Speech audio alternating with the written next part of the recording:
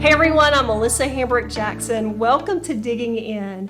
Digging In is where we listen to leaders talk about definable moments in their leadership journey. It's moments that builds the character of who they are as a leader. I'm so excited about today. We have Dr. Joanna May Rouse. Welcome. Thank you. Joanna. Joanna is our Director of Special Projects here at Eagle Center for Leadership. Joanna is responsible for keeping us creative and adding value through our content and helping us really be relevant so that we reach our leaders where they are. So Joanna has a very powerful leadership voice. It comes through experience, through dealing with difficult situations, through walking the walk and being able to get to the other side of things. And so we want to hear today, about what is your leadership voice and how did you get there? So my leadership voice is really the voice of optimism.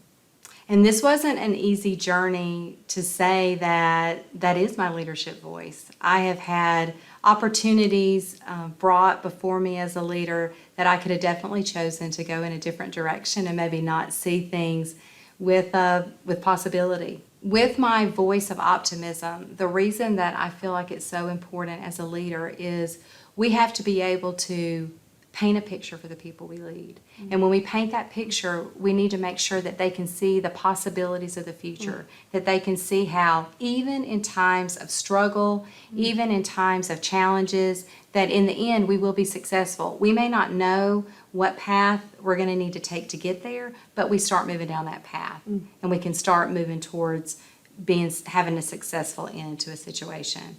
And so I really have been working on growing that muscle of optimism as I have had different situations where I've gotten to lead. And so in growing that, my muscle of optimism, I really have looked at leaders from the past. And when I have taken a look at a successful leader who was known for his optimism, that is Winston Churchill. And he actually had a plan for how he would handle situations. So whether it be he was giving a speech to a large crowd, whether it be that he worked with a team of people, he held the same framework for how to hold this level of optimism. And sometimes we have to be able to make ourselves have a level of optimism. So I really focused in on what he did because as I want to continue to grow in my optimistic view every single day, I want to follow a very similar path. And the first thing that he would do in his formula, I guess we'd say his optimism formula, is he would acknowledge the reality of a situation. So if there was a problem or a challenge or there was something that was very difficult, he would make sure that people understood what it was. So that was the first thing that he would do, is just acknowledge and know that, hey, we have a problem here. We have a challenge. We have a situation. But you know what? We're going to get through it. So that would be the first thing. And then the second thing is he would develop strategy that he would share with the group. So he would acknowledge the reality, and then he would share his strategy on success. This is how we're going to handle this situation. This is how we can handle this problem. Now, he wasn't always successful, but he continued to paint that picture so that they could see it, so that people would also see what he was seeing, which leads to the final piece of his optimistic view of things, how he held optimism, and that was he would paint a vision of success. So he would make sure that not only he acknowledged the problem, not only he shared the strategy, but he would give his people and he would give his team, he would show them what success can look like. And we know from history this always didn't work out. But what it did is it got people moving. He was able to navigate through the challenging and difficult times because people could see. They could see the possibility of being successful in the end. And that's how I want to be. I want to make sure that I hold a level of optimism that whether I'm modeling for a team that I'm leading or I'm modeling for my family at home, that in the end we see the success and that we know that we're going to get there and we're going to make it. No matter what happens, we're going to make it and we're going to be successful. So Joe, you said a formula. We can understand formulas. That's helpful to frame it that way. So we need a plan. We need to be mindful that we put some thought behind and have some intentionality in order to grow a muscle of being optimistic. So talk to us about, how do you, for some of us, it's very difficult to be optimistic. It's not natural. Some personalities, it's more natural to be that way. But for those that see things more from a realistic standpoint, how do you help? Give us some tips on how do you overcome the thought that it's not a natural tendency. How do you overcome that? How do you push through that? So as I said, becoming more optimistic is really a muscle that you can grow. It's something that you can develop. So I've been very intentional with what I do so that I can strengthen that. And the first thing that I do starts every day. When I start the day out, really even before I go into work or I start my work from home, I make that choice that it's going to be a good day and I'm going to have that optimistic view when I see situations. Now, I do want to say sometimes leaders think, optimistic, that's such a soft thing. But that's not it. It's that you do acknowledge those problems, those situations, like Churchill said. You do acknowledge the reality. But no matter what's going to come my way, I'm going to look for the possibilities in the future.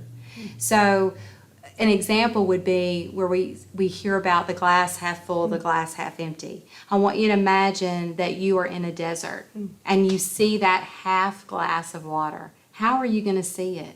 Are you going to see it half empty or half full? So in the mornings when I get up, I'm going to choose to see that glass half full. No matter if the sun's beating down, and I know science, no matter if the sun's beating down, I'm going to see that glass half full. And then the second piece of that, when I end my day, to continue to strengthen the muscle of optimism, when I end my day, I reflect on what happened. I reflect on the smallest conversations I've had with people to the largest situations. How did I handle that? Where were my percentages with being an optimist and being a pessimist? And did my actions match that?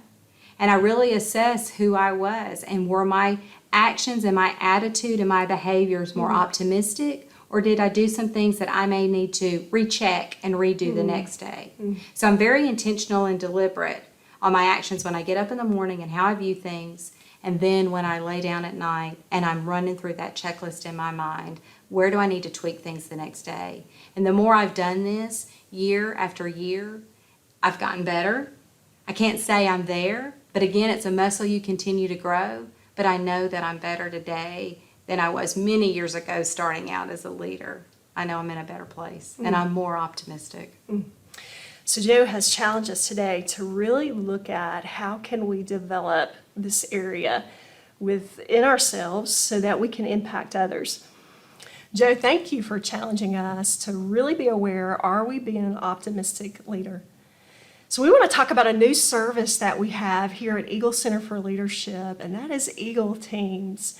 Joe, tell us about Eagle Teams and how can that help those that are listening?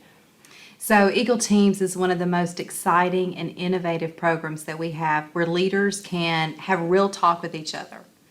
There is opportunity for you to talk about the successes that you have each day and even some dilemmas that you may have. You can get wisdom and ideas from other leaders that are in situations very similar to yours. So it's a very good time for authentic conversations to happen with leaders. It's exciting.